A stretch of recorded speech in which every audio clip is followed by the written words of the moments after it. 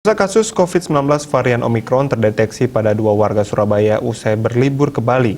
Terkait hal itu, pihak Dinas Kesehatan atau Diskes Provinsi Bali bergerak cepat.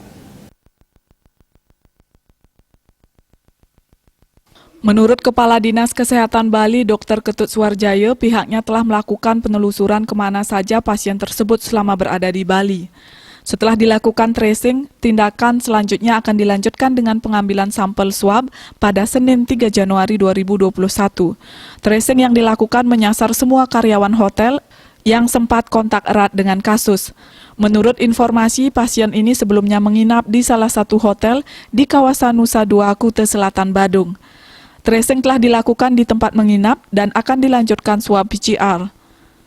Sebelumnya, Kementerian Kesehatan mencatat ada 2 penambahan kasus transmisi lokal COVID-19 varian Omikron di Surabaya, Jawa Timur.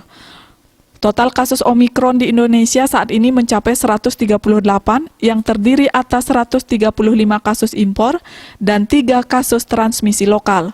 Menurut juru bicara vaksinasi Kementerian Kesehatan, Dr. Siti Nadia Tarmizi, kasus terbaru adalah 2 orang warga Surabaya yang diketahui keduanya sebelumnya berlibur ke Pulau Bali bersama keluarga besar.